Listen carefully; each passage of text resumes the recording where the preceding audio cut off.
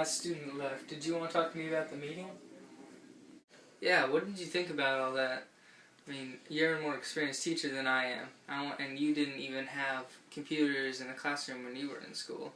So I wanted to know if you thought it was a good idea to give all the kids e-readers. Well, I think it would be good for the school because the e-books are cheaper than buying new in print, and I'm just worried that they're not retaining enough information from a screen as they would from a text. I understand that. Honestly, I worry about that too. Right, it's hard enough to get my students to pay attention when it's just me up there, but whenever they can play games and go on the internet on their e-readers, how can I make them pay attention to me? When my 8th graders started doing 12 Angry Men, I showed them a PowerPoint I did the night before. The PowerPoint presentation I made discussed topics of the novel and even included pictures on Google Images of screenshots from the movie with Henry Fonda.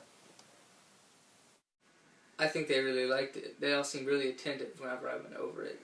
That sounds like a good idea. I wish I could do something like that, but I think it would take too long for me to do that. I don't even try. To make that PowerPoint only took me an hour and a half, and I inserted text animations. It's not hard as long as you do it a couple of times. I'll have to see if I can make one of those before my class starts reading To Kill a Mockingbird. Well, if you want some ideas, you can check out this website.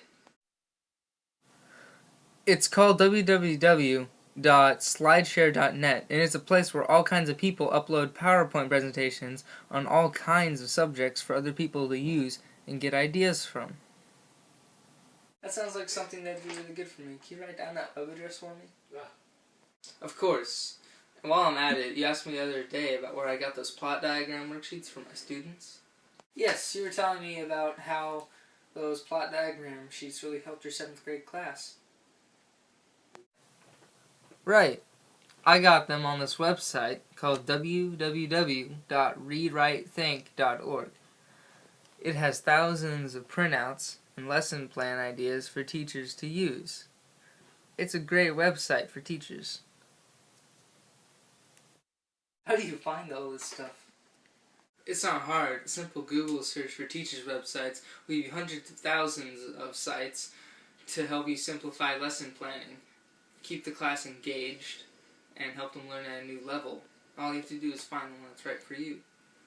Go to www.scholastic.com and poke around in their section for teachers. Somewhere around there they have an article called 25 Best Websites for Teachers. That's where I learned about Figment.com. I'll be sure to do that. What's this Figment website?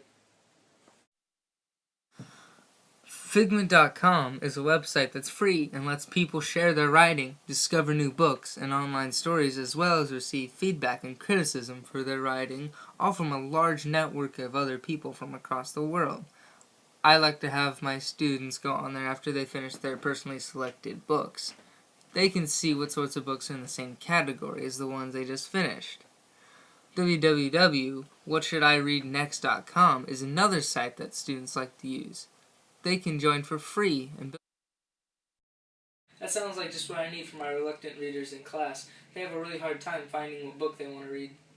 Yeah, and if they don't have an email or they don't want to use their private ones, you can have them make a free Gmail account to use on all these websites. Well, you're giving me a lot of thinking to do. I'll have to get home and fire up my computer and start looking at all these websites. Anytime. It makes you wonder how we talk without the internet.